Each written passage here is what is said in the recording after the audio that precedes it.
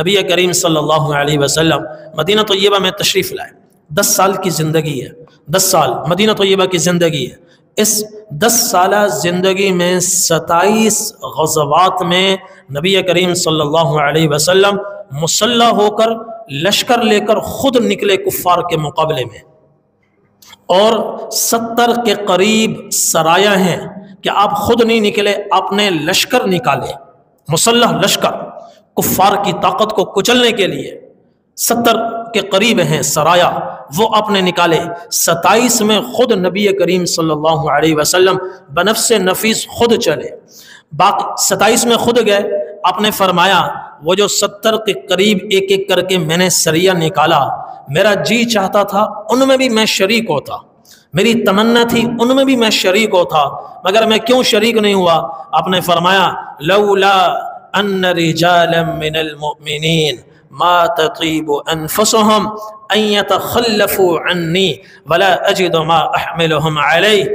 ما تخلفت عن غزوة تغزو فی سبیل اللہ۔ آپ نے فرمایا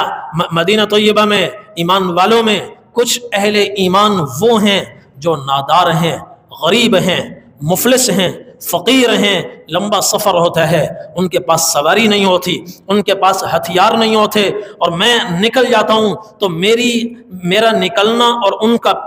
پیچھے رہنا ان سے برداشت نہیں ہوتا، رو رو کر ان کی جان نکل جاتی ہے، مجھے خطرہ ہوتا ہے کہ کہیں میرے نکلنے سے ان کا صبر کا پیمانہ لبریز نہ ہو جائے، کہیں یہ غریب مر نہ جائیں، ہلاک نہ ہو جائیں، اور اتنے وسائل میرے پاس بھی نہیں کہ میں ان کو سواری دے دوں، ان کو میں ہتھیار دے دوں۔ اگر ان غریب مفلس نادار مسلمانوں کا کی جان جانے کا مجھے اندیشہ نہ ہوتا تو آپ نے فرمایا ما تخلفت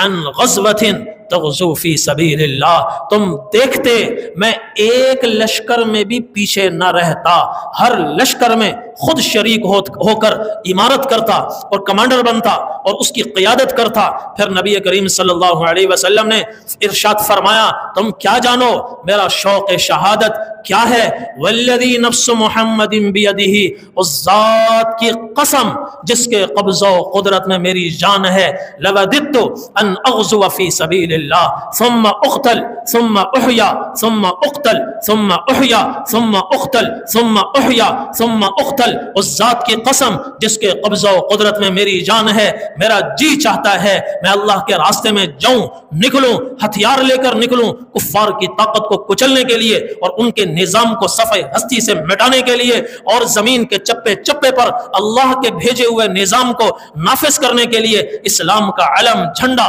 بلند کرنے کے لیے میں جاؤں اور لڑوں لڑوں لڑوں یہاں تک کہ میں شہید ہو جاؤں، اور اللہ مجھے پھر زندگی دے، پھر میں نکل جاؤں جہاد میں شہید ہو جاؤں، پھر اللہ مجھے زندگی دے، پھر اسی طرح میں نکلوں شہید ہو جاؤں، اور پھر اللہ مجھے زندگی دے، پھر میں نکلوں شہید ہو جاؤں۔ 7 بار حضور نے شہادت کی تمنا فرمائی ہے، شہادت کی تمنا فرمائی ہے۔ یہ حضور کی شہادت کی تمنا تھی۔ شاگرد اپنے استاذ پر جاتے ہیں، شاگرد اپنے استاذ پر جاتے ہیں، اولاد اپنے باپ پر جاتی ہے۔ حضور نے فرمایا انما انا لکم بمنزلۃ الوالد لولدہ، میں تمہارے لیے ایسے ہوں جیسے ایک باپ ہوتا ہے اپنے بچوں کے لیے۔ یہ امت بچے ہیں، اللہ کے رسول والد ہیں، والد کی طرح ہیں۔ پھر آپ نے فرمایا